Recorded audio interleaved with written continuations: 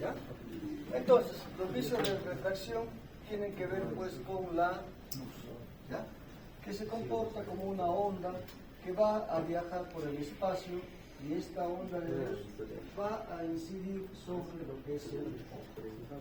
Entonces, esa luz que viene del infinito, nosotros no podemos ver todo el espectro de visión que tiene. Solamente vemos de los 700 a 400 nanómetros. De tal forma, lo que está arriba del rojo y debajo del violeta no lo vemos. Es por eso que no vemos la radiación gamma, radiación ultravioleta, entre otras cosas.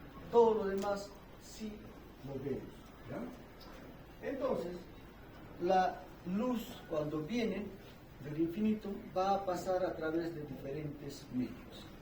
¿Y qué se entiende por medio?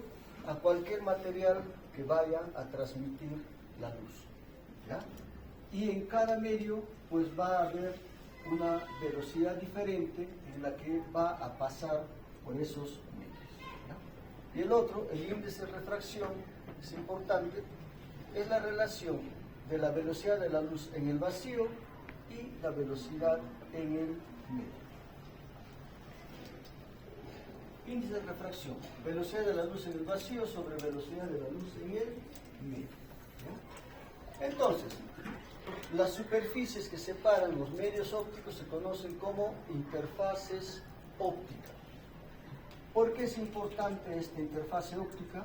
Porque cuando entra a esta interfase óptica, la luz puede ser reflejada, puede ser transmitida y refractada o es absorbida, ¿ya? De todas ellas, ¿qué nos interesa? La que es refractada.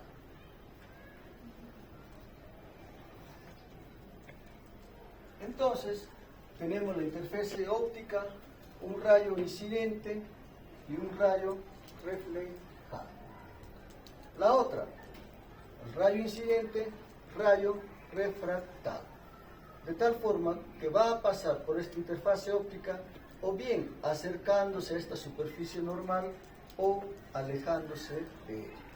Cuando hablamos de este rayo refractado, hablamos de un cambio brusco de velocidad y un cambio brusco de dirección. Se está viniendo el rayo incidente en esa posición, al refractarse o va para acá o se aleja de él, ¿ya? A diferente velocidad va a ocurrir este cambio brusco en la dirección.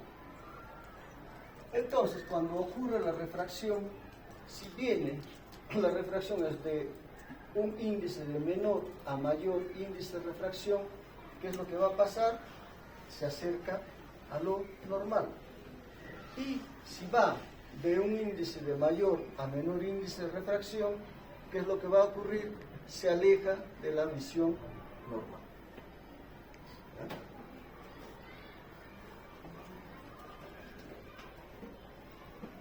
Los lentes, es importante también que se sepa, son medios transparentes con una capacidad refractiva que es definida, ¿ya?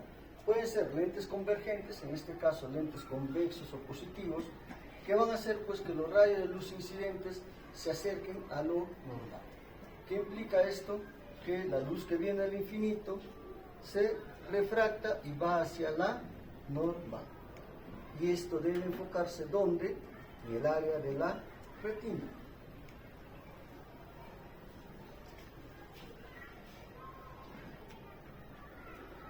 Entonces, el poder refractivo de un lente se mide en dioptrías. En el caso del lente convexo, una dioptría converge los rayos paralelos ¿a cuánto?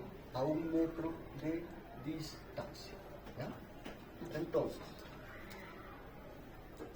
una dioptría es cuando enfoca a 1 metro de distancia. El ojo, ¿cuánto tiene de tamaño? Pequeño. Entonces, cuanto más cerca esté, ¿qué es lo que va a existir? Mayor dioptría para poder ver mejor, ¿ya? Entonces, cuando nosotros acercamos más las cosas, hacemos mucho más esfuerzo, ¿ya? Entonces, el lente divergente, el cóncavo negativo, es aquel que al recibir los rayos de luz refracta, pero alejándonos de la normal. ¿Qué implica que este rayo incidente va a alejarse de la normal? ¿Ya?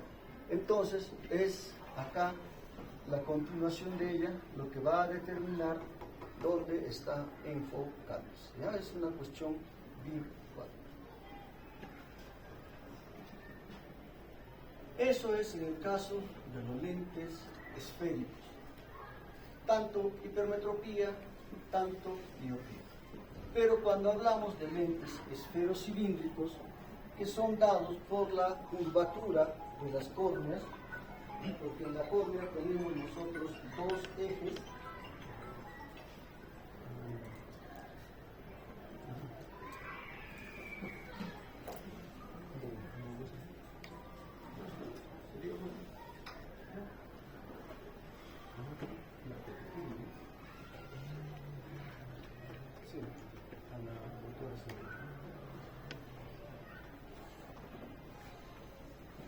entonces, al tener nosotros dos ejes principales a nivel corneal, cuando existe astigmatismo, esos dos ejes corneales no van a incidir en un solo punto.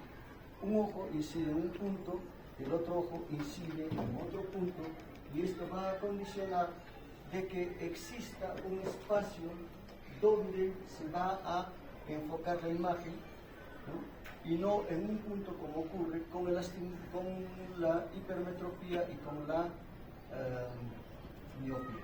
¿Ya? Eso lo vamos a ver después. Muy bien.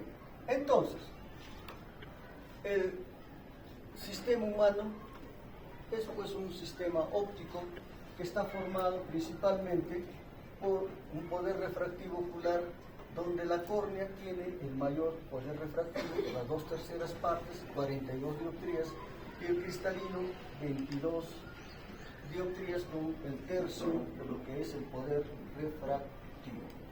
Entonces, el poder refractivo de 2/3 partes que está dado en la córnea es lo que hace de que la cirugía refractiva, aquella cirugía que te permite mejorar la visión sin usar lentes, se haga pues en la córnea.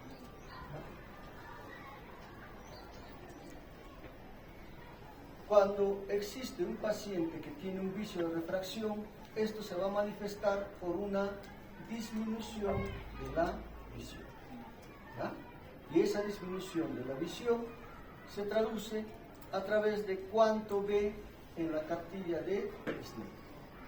¿Qué significa 20-100?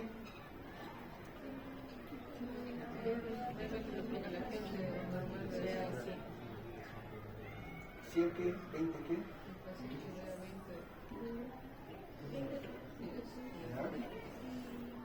¿Y?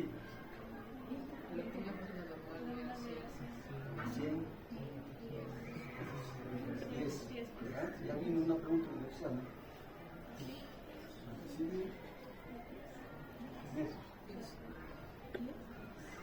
¿Ya?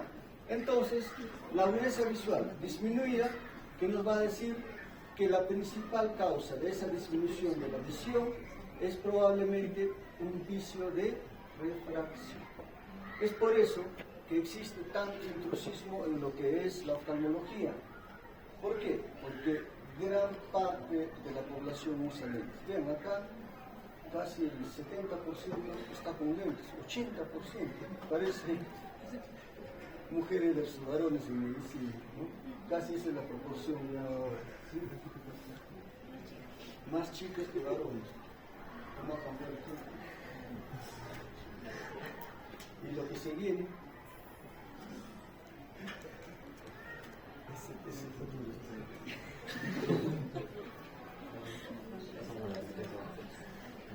Bueno, entonces pues, si un paciente no ve bien, ese es vicio de refracción.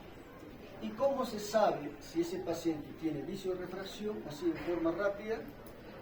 A través de lo que es el agujero estenopeico. Hacen mirar a través de un agujero, un huequito que hacen un papel, y la visión mejora. ¿Eso qué indica? Que el paciente tiene un vicio de refracción. ¿Ah? Lo que ya habíamos dicho, que la agudeza visual no es una visión que al nacimiento ya se tiene una visión normal, la del adulto, no. La visión normal al nacimiento es 20/400, es una visión bien baja. Y esto va mejorando conforme va pasando el tiempo. Y para que mejore esta visión, ¿qué es lo que debe tener el niño? Pues tener una imagen a nivel de la retina clara, nítida, que sea transmitido hacia el cerebro, que es donde vemos realmente. ¿Ya? Y si a los 3 años existe una interferencia de cualquier tipo, catarata congénita, lo que es tosis congénita, estrabismo, vicio de refracción altos, etc., el desarrollo visual no se logra hasta el 2020 y sobreviene lo que es la ambliopía.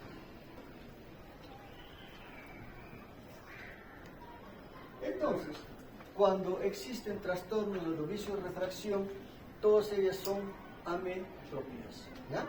En lo que significa un ojo emétrope, un ojo que no requiere lentes, que significa que ese ojo emétrope, la imagen está siendo enfocada en la retina. Cuando es un ojo miope, un ojo grande, donde la imagen se enfoca delante de la retina. Un ojo hipermétrope, cuando la imagen se enfoca detrás de la retina y es un ojo más pequeño. Y un ojo astigmata, cuando hay 2 puntos donde se están enfocando. Acá hay un espacio, lo que se llama el conoide de Sturm. Entonces, para corregir esto se utilizan lentes cilíndricos. En nosotros es lentes esféricos. Entonces, emétrope cuando se enfocan sobre la retina. Entonces, los vicios de refracción pueden ser clasificados en ametropías primarias y secundarias. Ametropía es todo vicio de refracción. Miopía, hipermetropía, astigmatismo, combinación de ellas, etc. ¿Ya? Entonces, las ametropías primarias pueden ser focales o estigmáticas o afocales o astigmáticas. ¿Ya? Entonces, las primeras enfocan en un punto delante o detrás de la retina, o sea, lentes esféricos. Miopía, hipermetropía. O afocales o astigmáticas enfocan en 2 líneas focales principales. Astigmatismo. ¿Ya? Solamente que así es para la litografía. Y las secundarias o patológicas van a guardar relación con alteraciones en el eje antero-posterior del ojo, que también es una causa importante de lo que son ametropías primarias, alteraciones en la situación de los puntos ópticos o alteración del poder dióptrico que tiene que ver con lo que es la estructura del cristalino principalmente. En las alteraciones del eje antero-posterior del ojo, o bien que el ojo sea muy grande. ¿En qué paciente se ve ojo grande? En miopías degenerativas. En miopía por buftalmia. ¿En qué casos? ¿Recuerdan buftalmia?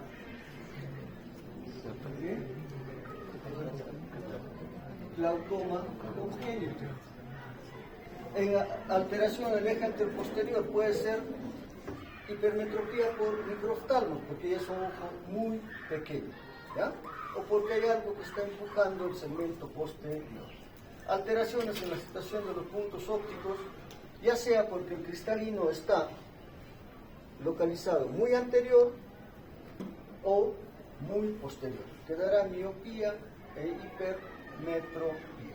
Y alteraciones en el poder dióptrico, por ejemplo, en la superficie corneal. Cualquier ectasia corneal de lo que es esta superficie va a haber alteraciones pues en la visión. El queratocono, etc., son alteraciones de superficie. Por índice de refracción, en pacientes con precatarata, en los pacientes diabéticos, donde la hiperglicemia condiciona cambios a nivel del cristalino que hacen que la visión varíe, hipermetropía también por catarata, etc. y la ausencia de elementos ópticos. Si tenemos a un paciente que se saca el cristalino y no se pone lente intraocular, ese paciente, al no tener cristalino, va a tener una visión bastante disminuida.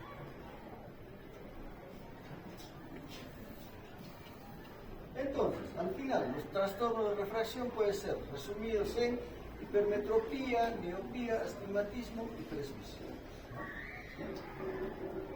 Entonces, en el caso de hipermetropía, debido, dice, a un poder dióptrico deficiente, por lo que los rayos de luz que inciden en el ojo enfocan por detrás de la retina. Esto es un vicio de refracción bastante frecuente. Puede ser hipermetropía primaria y secundaria. Dentro de la primaria, hipermetropía axial, de curvatura, de índice, hipermetropía de posición. La más frecuente de todas ellas son las hipermetropías axiales, ¿ya? O sea, aquellas relacionadas con lo que es el tamaño del ojo. Ojos pequeños. Entonces, la miopía, la hipermetropía axial. Ojo pequeño, la más frecuente, donde se enfoca la retina, la imagen detrás de la retina. ¿Ya? Vean, para que tengan una idea, el acortamiento de 1 milímetro en el tamaño antero-posterior del ojo significa una hipermetropía de 3 dioptrías. ¿Ya? Entonces, pues, si el ojo tiene 24 milímetros de tamaño y tienes 22 milímetros, ¿cuánto de hipermetropía tienes? 6 dioptrías, es bastante. Y con 6 dioptrías, ¿qué posibilidad de enfermedad puede desarrollar más adelante?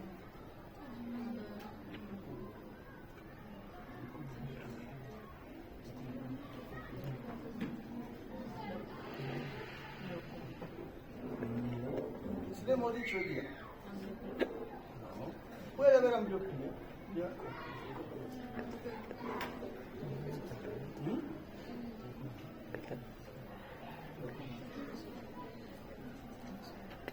Esotropia acomodativa. Acabamos de decirlo, ¿ya?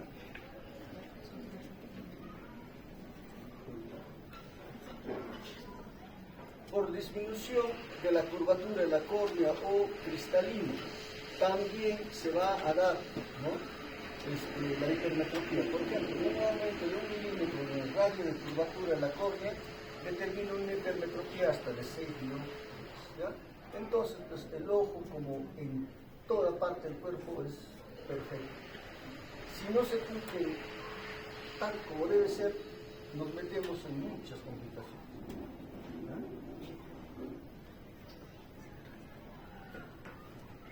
Cuando hay alteraciones en el índice de refracción del cristalino, viene la hipermetropía de índice, que son menos frecuentes en personas mayores. Cuando el cristalino se encuentra muy posterior en cuanto a su inserción, también va a producir una hipermetropía. Entonces, ¿cuál va a ser el cuadro clínico? Visión borrosa tanto de lejos como de cerca, ¿ya? Va a depender sobre todo de cuánto de hipermetropía se tenga. Habrá astenopía y cefalea. La astenopía viene a ser todos los cambios o las molestias relacionadas con los vicios de refracción no corregidos. Cansancio visual, dolor de cabeza, lagrimeo, somnolencia, etc. Todo eso es astenopía. El paciente tiende a alejar los objetos para ver mejor. Es natural, ¿por qué? Porque en la visión cercana hacemos más esfuerzo para ver y por eso alejamos las cosas. Entonces, en la hipermetropía elevada es frecuente la ambliopía, dependiendo qué tanto de medidas se tenga en uno y otro ojo. Pero, resumiendo, en la hipermetropía generalmente hay una visión más o menos buena de lejos y mala de cerca, ¿ya? dependiendo de la magnitud. Se dice que en la vida nosotros paramos viendo las cosas de otras personas y no vemos lo que hacemos nosotros. Hipermetro.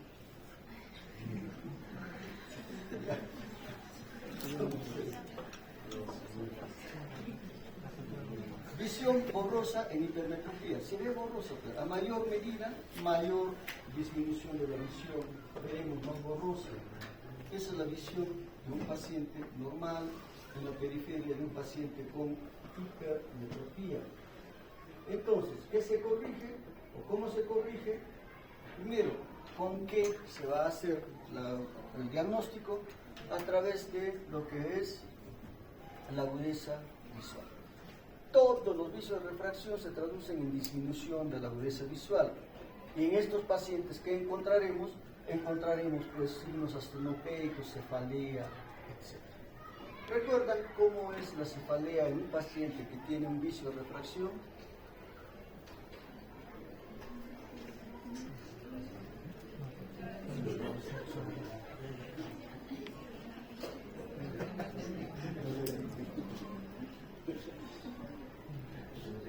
¿Cómo es la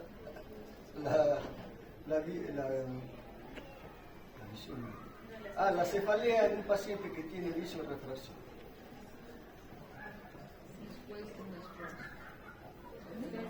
Siempre secundario a esfuerzo visual. ¿Ya? Si están en clase sin lentes, están por la zona intermedia, más allá y quieren ver esto, entonces tiene que tener una traducción. Cefalea, cansancio visual, enrojecimiento ocular, etc. Y esto puede producir dolor de cabeza, y esa es la característica del dolor de cabeza. ¿Ya? No que se despiertan con dolor de cabeza, porque está jugando fútbol ahí y le da dolor de cabeza, no. ¿Ya? Entonces, se recomienda que el examen de la medida de la vista, sobre todo en niños y en hipermétropes, se debe hacer bajo ciclo P. ¿Qué implica esto? Romper ese fenómeno de acomodación en el cristalino para que tengamos una medida más exacta. Sobre todo en los pacientes que tengan estrabismo, ¿ya? Porque todos los niños, las personas jóvenes, tienden a ser hipermétropes. Entonces a ellos hay que hacer un examen con ciclo P. Entonces la corrección va a ser con lentes positivos, o la cirugía láser, que lo vamos a ver más adelante. ¿Ya? Y la miopía patológica ya existe con una enfermedad ocular, una deformación ocular, donde siempre una deformación axial es la que prima. ¿Qué casos? Microftalmos, compresión ocular extrínseca, masas subretinianas, etc.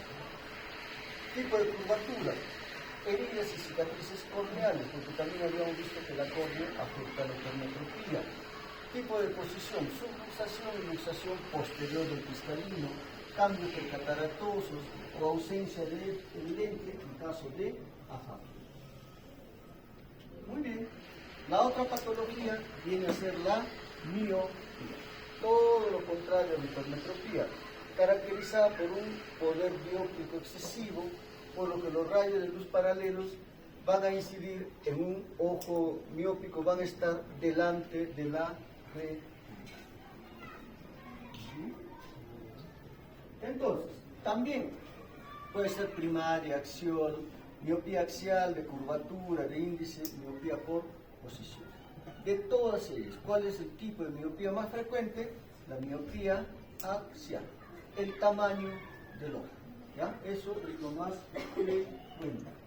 Un diámetro antero-posterior del ojo más grande que una persona normal. Por aumento de las curvaturas de la córnea, el cristalino, en caso de miopía de curvatura, miopía de índice en caso de que haya pues, cambios en el índice cristalino, sobre todo en casos de catarata. Mala posición del cristalino, generalmente un cristalino muy anterior, que va a producir miopía. ¿Ya? Y cuando se presenta miopía, ¿cómo se evalúa al paciente? ¿Con qué características viene? viene pues ya desde la infancia la visión cercana es respetada. En estos casos es la visión lejana que es la afectada, la ambliopía es baja y los pacientes guiñan constantemente. ¿Por qué la ambliopía es baja?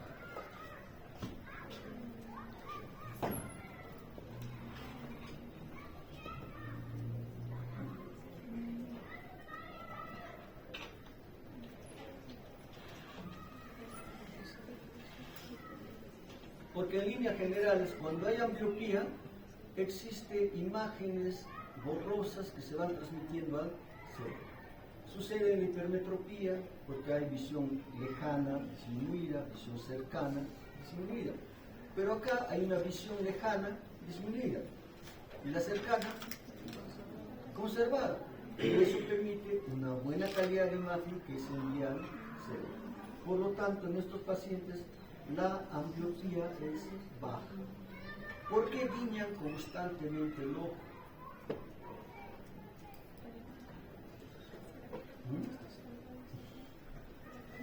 ¿Para qué?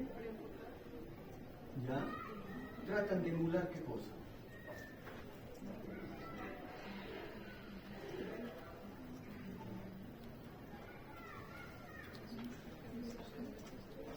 De repente tratan de emular lo que vendría a ser un agujero estenopédico, ¿no?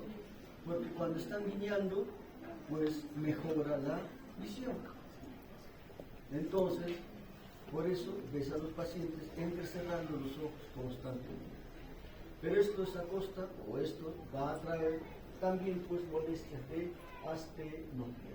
Entonces, un paciente miótico vamos a tener ojos típicamente grandes, con una cámara anterior más profunda, con pupilas midriáticas, etc. Y se corrige con lentes negativos o esféricos cóncavos, ¿no? Puede usarse en caso de miopía, porque las miopías sí son miopías altas. Puede usarse lente de contacto o cirugía láser, ¿no? Entonces, en la miopía patológica también va a haber miopías que dependen de la longitud axial, de la miopía de curvatura, de índice y de miopía de posición. También acá guarda relación con la miopía, con el tamaño del ojo más grande, ¿ya? ¿Quiénes van a tener esta miopía patológica? Los que tengan macroftalmos, que presentarán estafilomas, etc. ¿Ya? Entonces, dentro de lo que son las miopías, hay una miopía que se denomina miopía degenerativa o patológica axial. Entonces, en esta clase de miopía degenerativa va a haber pues cambios degenerativos, especialmente a nivel de lo que es el polo posterior y tiene un carácter evolutivo.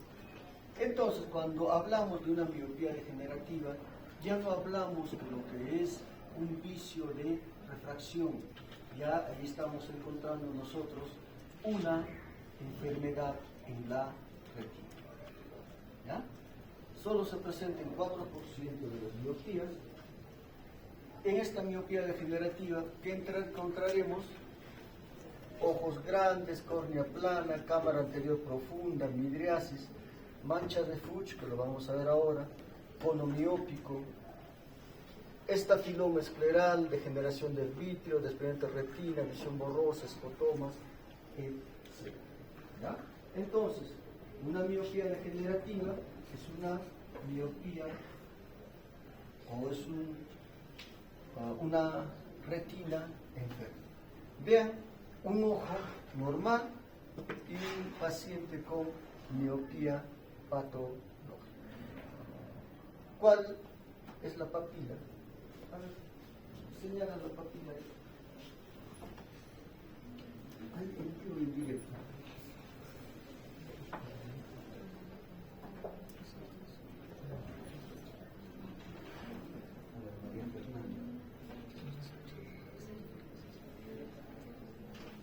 Pero mira lo más simple.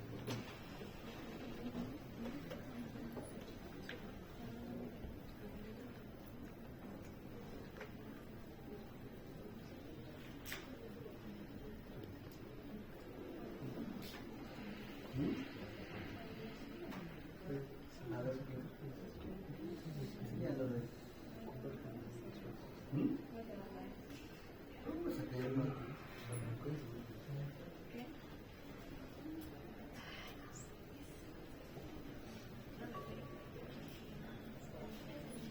¿Cuál? ¿Qué tal? ¿Es todo el círculo? ¿No? Es eso. ¿Ya? O sea, el nervio óptico normal viene a ser esto. ¿Qué es esto? Un estafiloma posterior. Vean, toda esta retina es una retina totalmente adelgazada. Esto es una mancha de Fuchs. ¿Qué implica esto? Una hemorragia subretinal. Neovasos a nivel de coroides que sangran y producen esto a nivel macular. Y si ocurre esto, ¿qué está presentando? Una disminución de la visión. ¿Ya? Habíamos dicho, los miopes patológicos o los miopes tienen lo que se llama alteraciones en el vitrio, degeneraciones en el vitrio, la cinéresis vítrea que tiende a obedecer. ¿Y esto predispone a qué?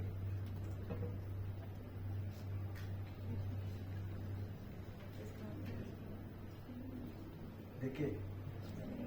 ¿Ah? No. Antes de eso.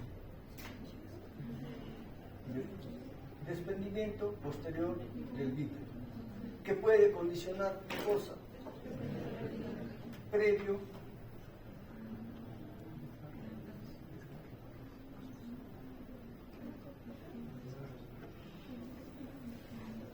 desgarro retinal. ¿Ya? Y además en estos pacientes hay más posibilidad de encontrar una degeneración empalizada, degeneración látiz, en la periferia, donde puede haber agujeros agujeros retinales que pueden condicionar el desprendimiento de retina. Entonces, una miopía patológica es una retina enferma. ¿Cuándo se llama miopía patológica? Más allá de 6 dioptrías. Entonces, por todas estas características, estos pacientes deben ser evaluados constantemente haciendo un fondo de ojo, pero con un oftalmoscopio directo.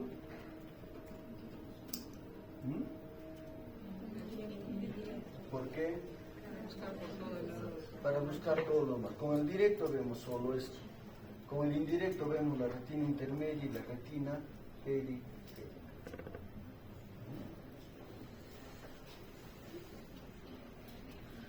En el caso del astigmatismo, va a ver que los rayos de luz paralelos que inciden en el ojo no son refractados igualmente en todos los meridianos. Hay dos meridianos principales que van a formar dos puntos de refracción, ¿no? Acá. Y este espacio representa el conoide de Sture, S-T-U-R-E.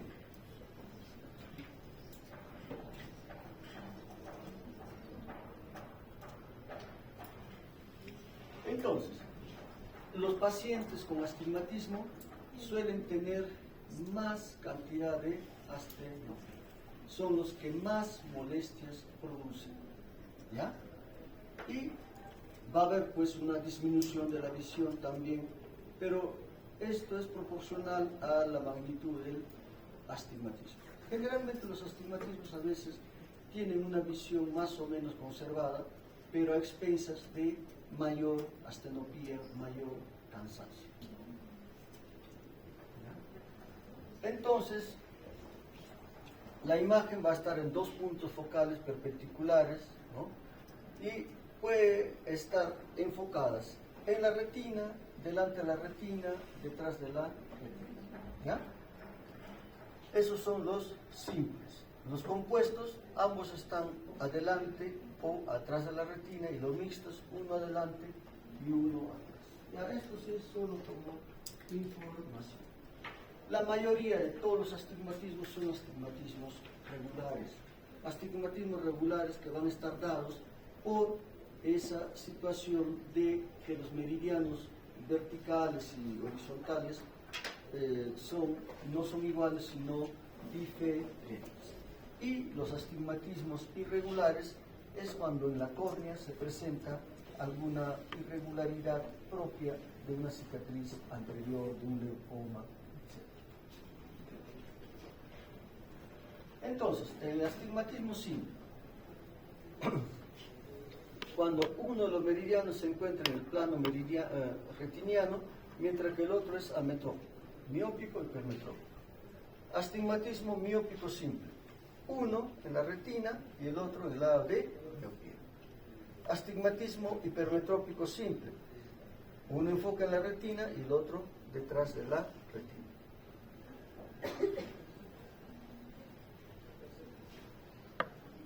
Astigmatismo compuesto, cuando ambos meridianos son ametrópicos, pero dentro de la misma modalidad, ya sea hipermetropía o miopía, ¿no? Entonces vamos a tener el astigmatismo miópico compuesto, donde los dos están delante de la retina, y el astigmatismo hipermetrópico compuesto, donde los dos están detrás de la retina. Y el astigmatismo mixto, ambos meridianos principales son ametrópicos, solo que en distinta modalidad, ¿no? Uno es miópico y el otro hipermetrópico. Si tenemos acá la retina, uno está delante de la retina y el otro posterior. Astigmatismo mixto. Y el irregular, donde va a haber problemas, sobre todo a nivel de la superficie corneal, que va a condicionar pues que los rayos de luz estén atravesando todo hasta la retina a una posición diferente, ¿ya? Entonces, el tratamiento son gafas cilíndricas o, si hay un componente de miopía o hipermetropía, también esféricas. La mayoría entre esféricas, cilíndricas o cilindras puras. Cuando nosotros vemos a un paciente que tiene hipermetropía pura, miopía pura, se corrige con lentes esféricos, y el lente esférico se caracteriza porque podemos ver a través de cualquier parte del lente, ¿ya? Pero en lo que es astigmatismo, los lentes tienen un determinado ángulo a través del cual se va a ver. Si por decir, hay un astigmatismo puro de menos 350 por 180 grados, entonces el eje de ese astigmatismo tiene que estar a 180. Si ponemos a 170, vamos a ver mal, ¿ya? Con la misma medida, pero en un eje diferente, se ve mal, ¿ya? Esa es la diferencia de lente cilíndrico y lente esférico. Y ya la presbicia, habíamos dicho, es por cambios que se presentan en la edad, donde el factor de acomodación se va perdiendo en forma progresiva, llegando a los 40 años con una situación de dificultad para ver de cerca, ¿ya? Hacia los 40 años aparece esta presbicia, donde hay una visión cercana defectuosa, donde va a existir una presbicia de repente más prematura si el paciente es hiper, ¿ya? Porque tiene que hacer más esfuerzo. Tratamiento con gafas positivas, la fotorefractiva también es importante, pero no da buenos resultados, ¿ya? Muy bien, entonces, todos los vicios de refracción se corrigen con lentes, con anteojos, ¿ya? Pero existe la posibilidad que se pueda hacer cirugía refractiva. Y la cirugía refractiva es ¿para qué? Para dejar de usar lentes. No es para que te dé algún otro tipo de ventaja, ¿ya?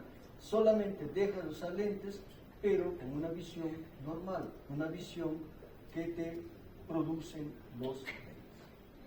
Si con tus lentes tienes una visión de 20-30 en ambos ojos, con la cirugía refractiva también vas a llegar hasta la visión de 20-30. No mejora a 20-20. ¿Ya? Entonces, habíamos dicho que es una cirugía electiva, ¿ya? Cada uno se opera dependiendo de qué es lo que está buscando con esa operación.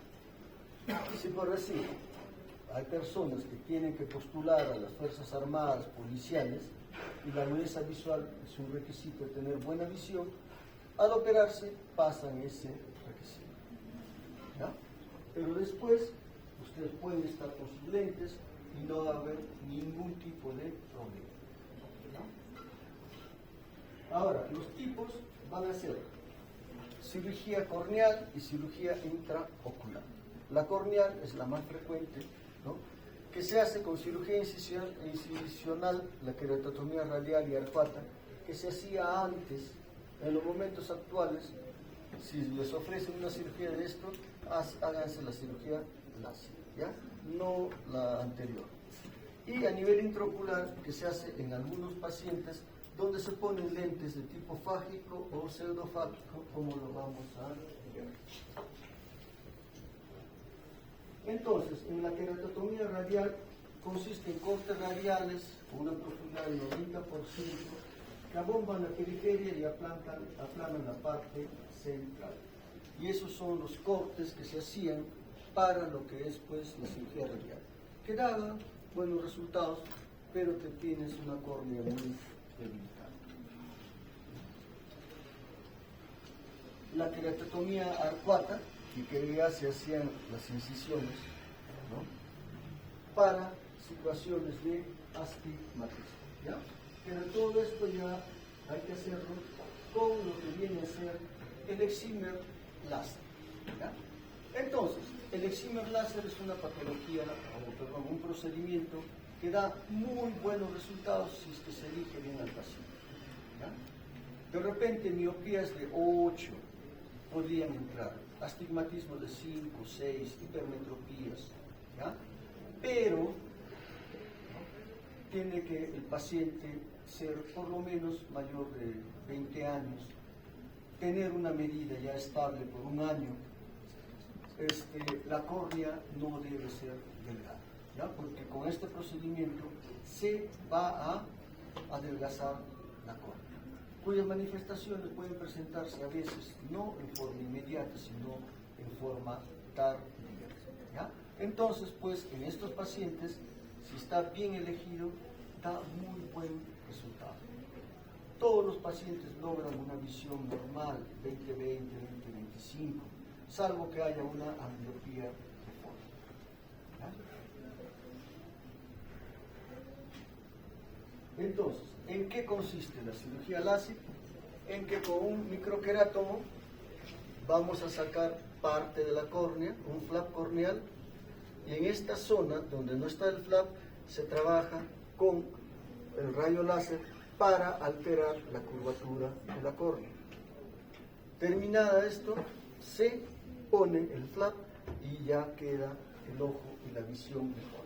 Procedimiento rápido, 10-15 minutos, que va a hacer que la visión se recupere, y el postoperatorio también es muy bueno y no hay mayor problema, ¿no? Entonces, en esta técnica, la queratotomía, lo que es el flap con lo que es el microquerátomo, es un procedimiento donde de pronto podría haber algún margen de error, ¿ya? Pero actualmente existe lo que es la cirugía con láser, de tal forma que este procedimiento del flap escleral, ¿no?, se hace con lo que es el láser de femtosegundo. Entonces, lo único que se hace es levantar y se tiene un flap mucho más exacto, exento de lesiones, ¿ya? Entonces, si se van a operar, hagan 100% láser.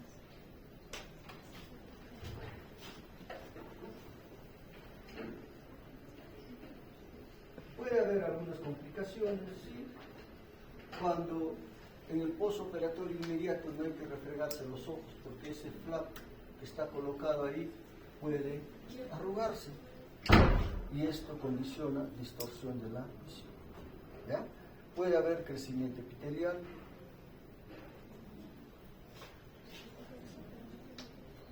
puede haber una queratitis laminar difusa,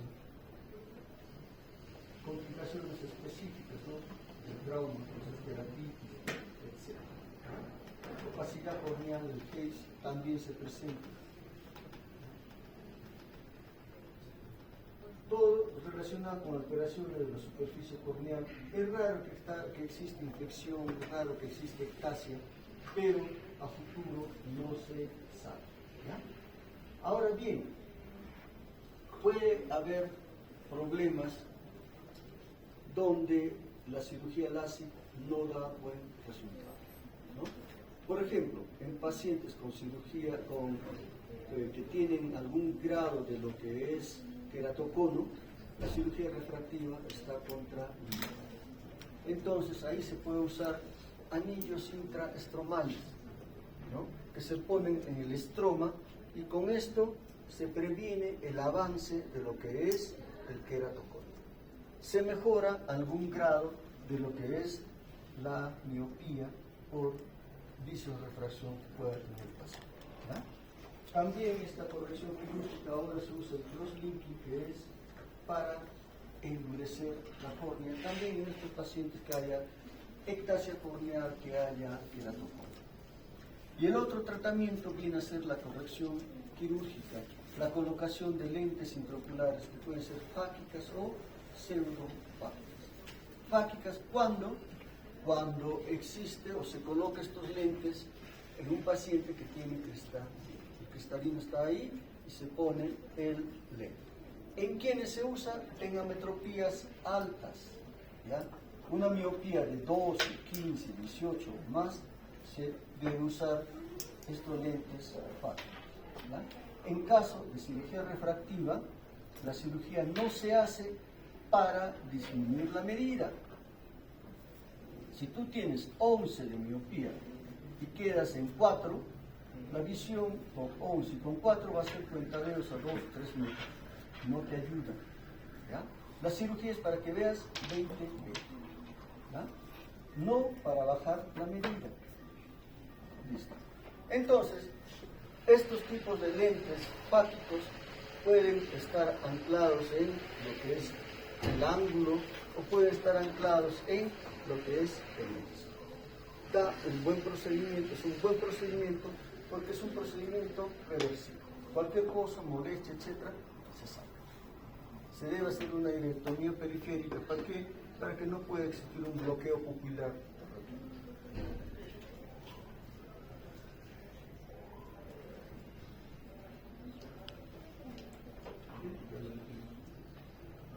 Y lentes intraoculares pseudofáquicos, que es el sacar el cristalino y colocar un lente intraocular, ¿ya? Por ejemplo, un paciente de 50 y tantos años, ya no le vas a hacer pues cirugía con láser. Ya él ya se plantea la posibilidad de sacar el cristalino, y con ese procedimiento haces también el procedimiento del vicio de refracción que tenga el paciente, ¿ya? Entonces, estas son formas de solucionar lo que viene a ser los vicios de refracción, ¿ya? Con láser, con los lentes intraoculares, con lo que es los lentes pseudofáquicos, etc. Bien, con eso terminamos la clase, chicos. Terminamos, ¿ya?